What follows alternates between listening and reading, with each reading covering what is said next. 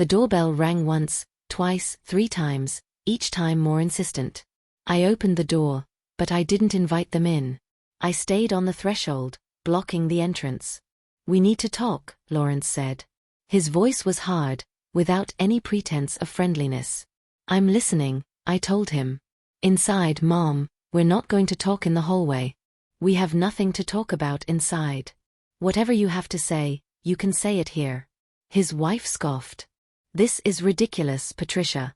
Stop acting like we're enemies." "You're not enemies," I told them. "Enemies are honest about their hostility. You are worse. You are thieves who hide behind pretty words." Lawrence took a step toward me. His face was red with fury. "How dare you? After everything I've done for you, everything you've done for me, Lawrence, I have the records. I have the proof. I know exactly how much money you've stolen from me. I know about the fraudulent credit cards. I know about the electricity account. I know about everything." He froze. He opened his mouth, but no sound came out. "And now," I continued with a calmness that surprised me, "you have 2 options. Either you give me back everything you stole from me, every single cent, or I go to the police and file charges for fraud." "You can't do that," his wife said. "He's your son." "That's exactly why it hurts so much," I replied. "Because he's my son. Because I gave him everything and he repaid me by stealing from me." Lawrence finally found his voice. "You owe me," he yelled. "My whole life I grew up without a father. My whole life I had to see you work and be tired. That was your fault. You chose to have me. You chose to stay alone. I didn't ask to be born." His words landed like blows, but they no longer hurt me like before. Because now I could see them for what they were, justifications, excuses from someone who knew he had done something unforgivable and was trying to shift the blame. "You're right," I told him. "I chose to have you. And it was the best decision of my life until it stopped being. But that doesn't give you the right to steal from me. That doesn't give you the right to exploit me. I didn't steal anything from you. I just took what was owed to me." "Nothing was owed to you, Lawrence. I gave you everything you needed when you were a child. When you were an adult, it was no longer my obligation. And it definitely wasn't my obligation to give you access to my money without my knowledge." His wife grabbed his arm. "Let's go. It's not worth it. She's already lost." "Lost?" What an interesting choice of words. As if I were the one who was wrong. As if defending my own money and my dignity were crazy. They left then. They went down the stairs without looking back. And I closed the door feeling strangely calm. That night, Attorney Sanchez called me. He told me that the banks had confirmed the fraud, that the credit card money would be cancelled, that they were investigating the unauthorized withdrawals, that I had a solid case if I decided to file criminal charges. I thanked him and hung up. I sat in my empty living room in my house that no longer had a TV or elegant furniture, and for the first time in a long time, I felt rich. Rich in something that money couldn't buy, rich in dignity, in strength, in the certainty that I was doing the right thing. The days that followed that confrontation at my door were strangely silent, as if the whole world were holding its breath, waiting to see what would happen next. And I found myself trapped in a kind of emotional limbo where rage and pain mixed with a growing sense of liberation that I didn't know how to process completely. Lawrence didn't call again. He didn't show up at my door again. And for the first time in years, I wasn't constantly waiting for his contact. I wasn't checking my phone every hour to see if there was a message from him. I wasn't making up excuses in my mind to justify his absence or his silence. But even though he wasn't physically present in my life during those days, his digital presence was impossible to ignore because something in me led me to check his social media. Something I didn't normally do because it had always seemed like an invasion of privacy, even being his mother. But now I felt I had the right to know what he was doing, what he was saying, how he was presenting his life to the world while I was dealing with the consequences of his actions in private. What I found left me breathless with its audacity, with the absolute disconnect between reality and the image he was projecting outward. He had posted a photo the day after our confrontation, a photo of him and his wife in an elegant restaurant, smiling for the camera with wine glasses in their hands. And the caption said something about celebrating the release of toxic energies and surrounding oneself only with people who bring value to life. As if I were the toxicity he needed to free himself from. As if the fact that I had refused to let him steal more was some kind of negativity that he had had the wisdom to remove from his existence. The comments below the photo were all positive, all congratulating him on taking care of his mental peace, on setting healthy boundaries, on prioritizing his emotional well-being. And I was left staring at that screen, feeling a mixture of disbelief and disgust because all those people who were supporting him had no idea that the man they were celebrating had been stealing from his own mother for years. There were more posts in the following days, each one more elaborate than the last, as if Lawrence were deliberately constructing a public narrative of his life that had absolutely nothing to do with the truth. I knew a photo of him at the gym with a reflection on self-care and the importance of investing in oneself before being able to help others. Words that sounded profound and meaningful until you remembered that this was the same man who had used money stolen from his mother to buy gym memberships and expensive athletic clothes. Another photo of him working on his computer with a comment about the sacrifice and hard work it takes to build a successful future, without mentioning that that future had been partially financed with fraudulent credit cards in my name and utility accounts that I was paying for without knowing it. What impacted me the most was a post he made that Friday, exactly the day he would normally have come to my house for dinner.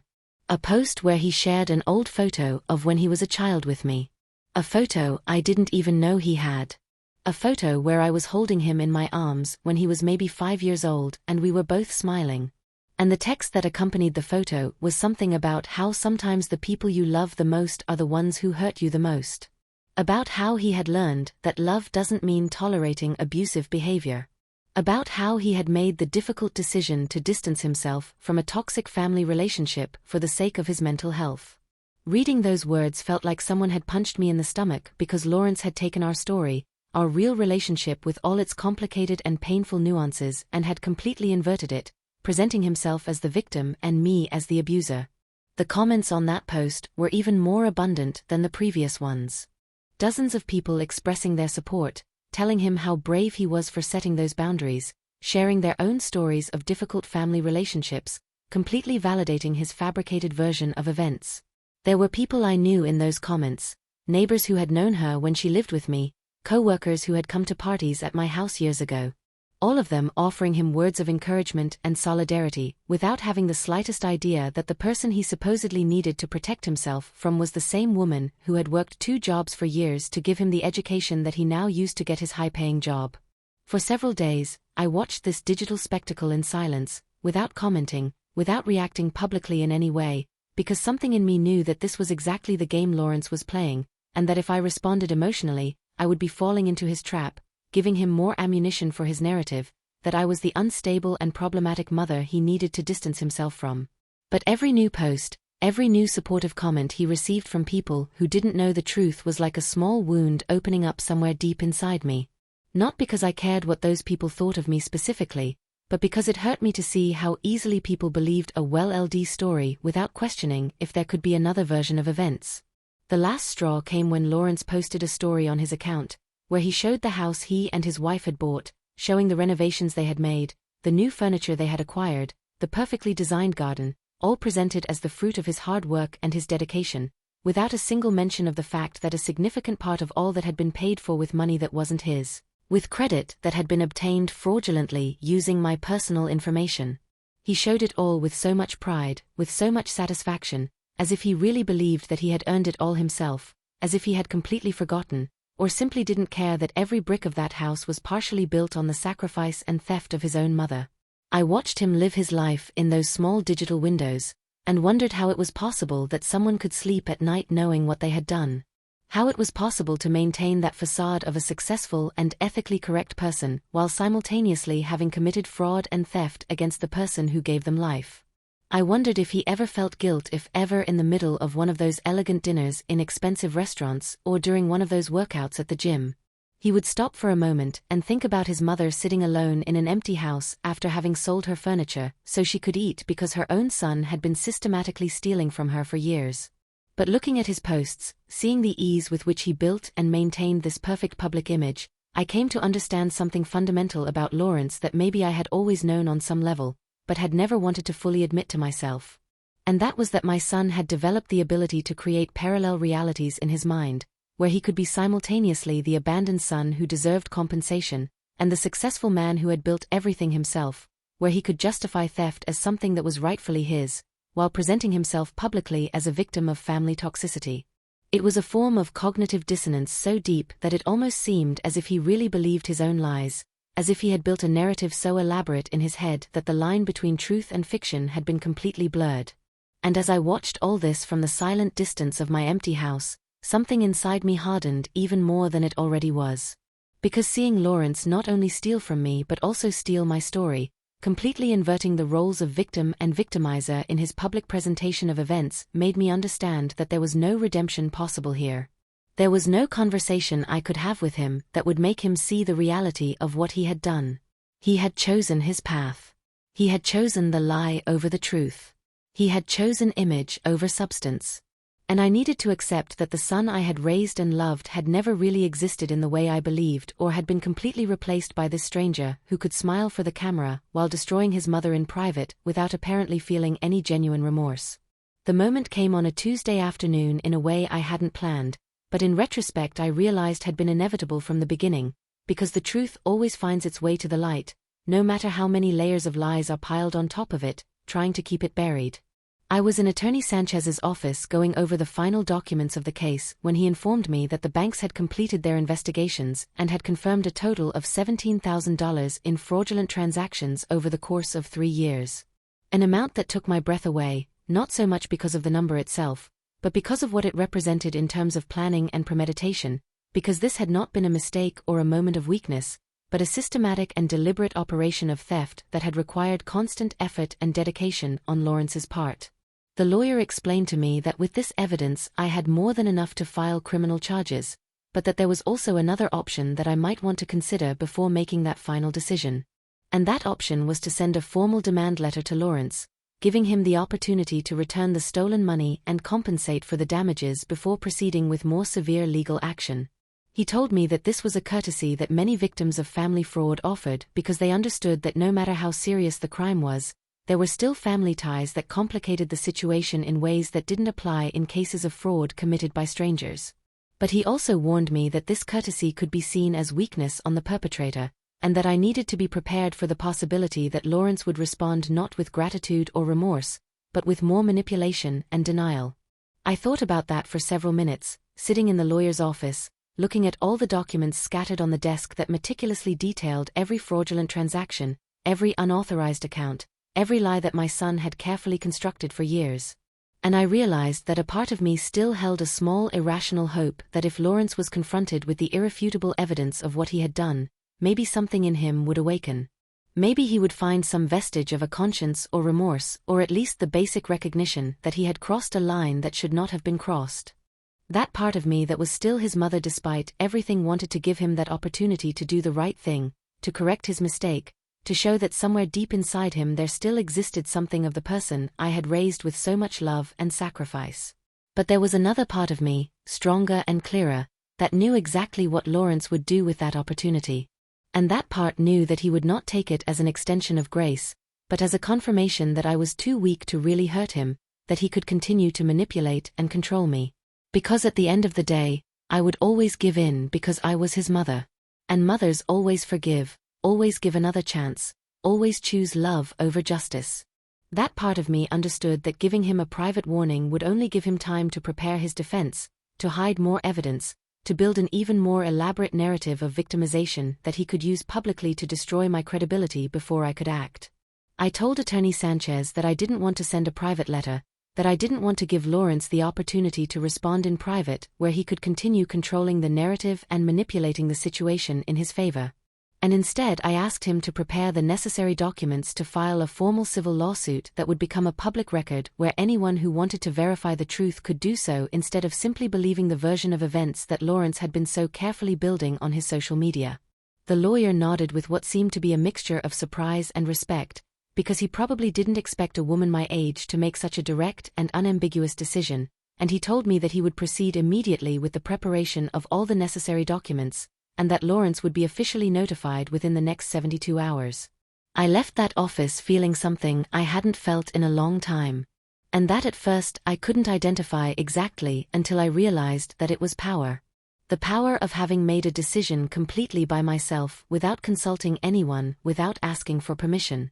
Without worrying about how it would make me look to others, or if people would think I was being too harsh with my own son. For the first time in decades, I had chosen to protect myself over protecting the feelings or the reputation of another person, even when that person was a son. And that choice, although painful, filled me with a sense of integrity that I had forgotten it was possible to feel.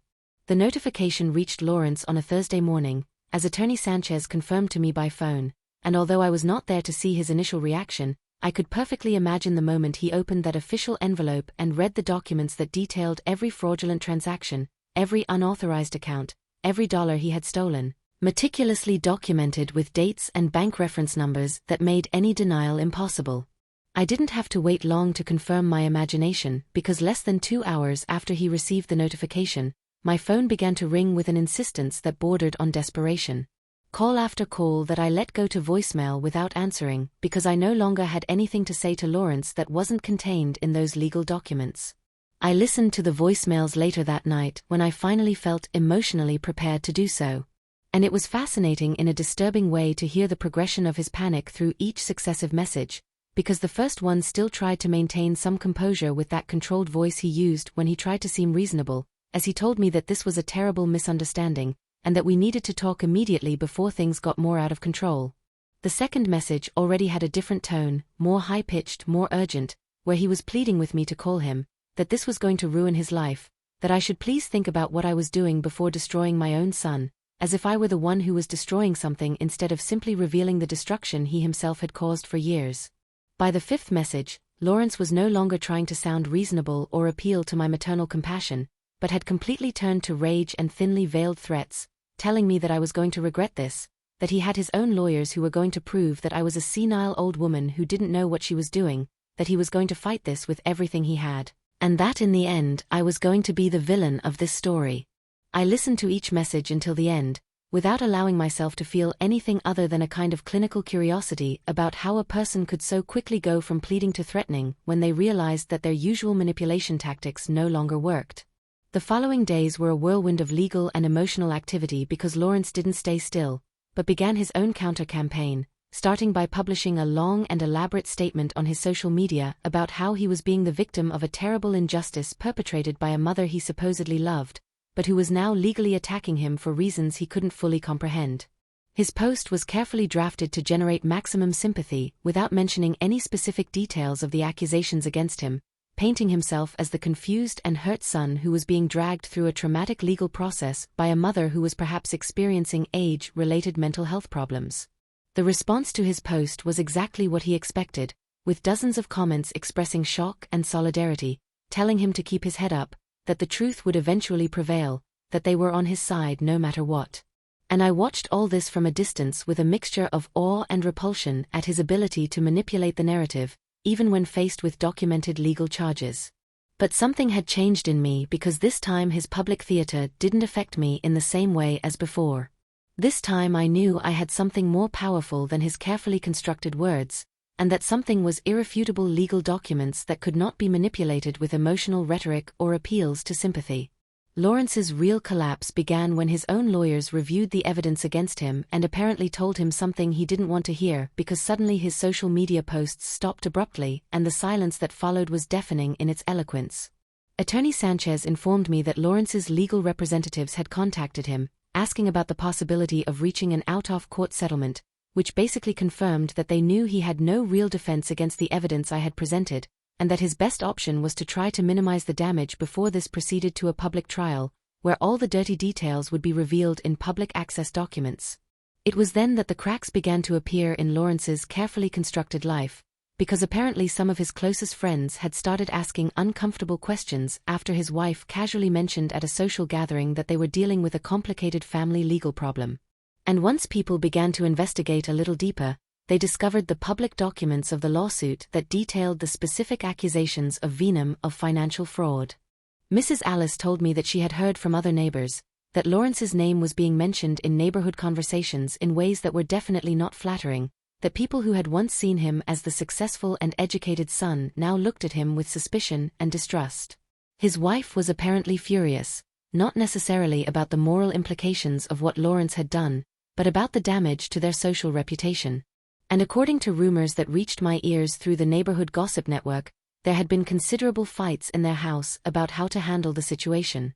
Lawrence tried to call me several more times during those weeks, but I maintained my absolute silence because there was nothing he could say to me that would change the documented facts of what he had done.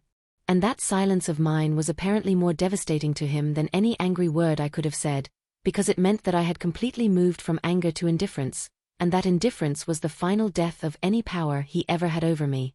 The final settlement was reached 3 months after I filed the lawsuit, and the terms were exactly what Attorney Sanchez and I had established as the minimum acceptable, because Lawrence had no choice but to accept when his own lawyers explained to him that going to trial would mean not only the complete public revelation of all the details of his fraud, but also the very real possibility of criminal charges that could result in jail time. He had to return the full $17,000 plus another $5,000 in compensation for damages in addition to paying for all the credit cleanup fees and my lawyer's fees. And all of this had to be paid within a period of 6 months with verifiable monthly payments, or the agreement would be automatically invalidated and the criminal charges would proceed without further warning. But beyond the money, which honestly had never been the main point of all this, the agreement included a clause that I had insisted on adding, and that Attorney Sanchez initially thought was unnecessary, but that for me was absolutely essential. And that clause stated that Lawrence had to issue a public statement acknowledging that he had committed financial fraud against his mother, and that the accusations in my lawsuit were true and well-founded. He fought that clause more than any other part of the agreement, because he knew exactly what it would mean for his carefully cultivated image to publicly admit that everything he had been saying about being a victim of a toxic mother was a lie designed to cover up his own crimes. The statement appeared on his social media on a Tuesday afternoon and was brief and clearly drafted by his lawyers to minimize the damage as much as possible within the limits of what the agreement required. But still, the words were there in black text on a white background, admitting that he had accessed bank accounts without authorization, that he had opened credit cards using another person's information, and that he had made serious errors in judgment that he deeply regretted. The comments under that post were wild, with people who had previously supported him unconditionally now expressing shock and disappointment, while others who had apparently suspected something all along felt validated in their doubts. And I watched all that digital drama unfold with a sense of closure that had nothing to do with satisfaction or revenge, but simply with the quiet recognition that the truth had finally been told publicly. The first payment arrived in my account on the exact date specified, and each subsequent payment arrived punctually as well, because Lawrence knew that a single missed payment would mean consequences that he definitely could not afford to face. And with that money, I did something that maybe he never expected me to do. Because instead of simply putting it back into my savings accounts or using it to replace the furniture I had sold, I bought a plane ticket to a place I had never been before. I had spent 62 years living for other people. First for my son's father, then for my son, and then for the illusion of maintaining a family relationship that only existed in my imagination. And now, for the first time in my adult life, I had the freedom and the resources to live exactly how I wanted without having to justify my decisions to anyone. I bought a small house in a coastal town 3 hours from where I had lived my whole life.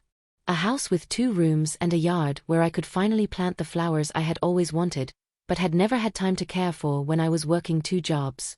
The house cost $40,000, which I paid for in cash using a combination of the payments from Lawrence and the savings I had managed to protect in my new bank account. And when I signed the purchase papers, I felt something that I could only describe as a rebirth, because this house was mine in a way that no other place had been mine before. Purchased with money that had been returned through justice, not earned through endless sacrifice.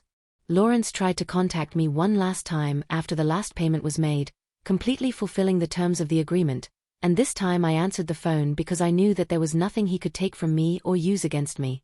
His voice sounded different, smaller, more humble when he asked me if we could ever really talk, if there would ever be a possibility of some kind of reconciliation. And I listened to his question in silence before responding with words that I had been preparing in my mind for months. I told him that the son I raised never really existed or died somewhere along the way, replaced by someone I didn't know and didn't want to know. And that although I wished him peace and growth in his life, that peace and that growth would have to happen away from me because I had closed that door not out of hatred but out of self-love. There was a long silence after my words, and then a sound that could have been a sob or just broken breathing before he hung up without saying anything else. And that was the last time I spoke with Lawrence, because some doors, once closed, need to stay closed, not as a punishment, but as a protection. Now I live in my small house by the sea, and I spend my mornings drinking coffee in my garden, watching the flowers that I planted with my own hands grow.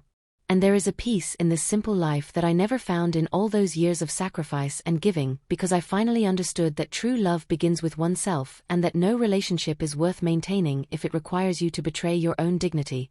Sometimes I see Mrs. Alice, who comes to visit me every few weeks, bringing gossip from the old neighborhood and news of people we used to know, and she tells me that I look different now, lighter, more alive in ways that go beyond the physical. I have a routine now that is completely mine. I wake up when my body wants to wake up, not when an alarm clock forces me to. I cook meals that I like without thinking about someone else's tastes. I spend my afternoons reading books that I always wanted to read but never had time for.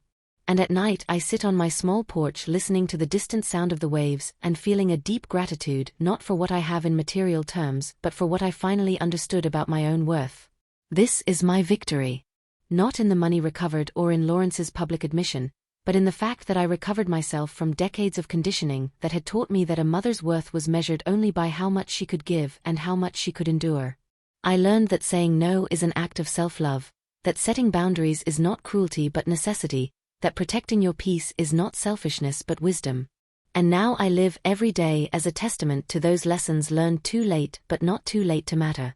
I closed that door on Lawrence, not for revenge, but for dignity. And that distinction but makes all the difference because it means that I won not by becoming his enemy but simply by refusing to continue being my own victim.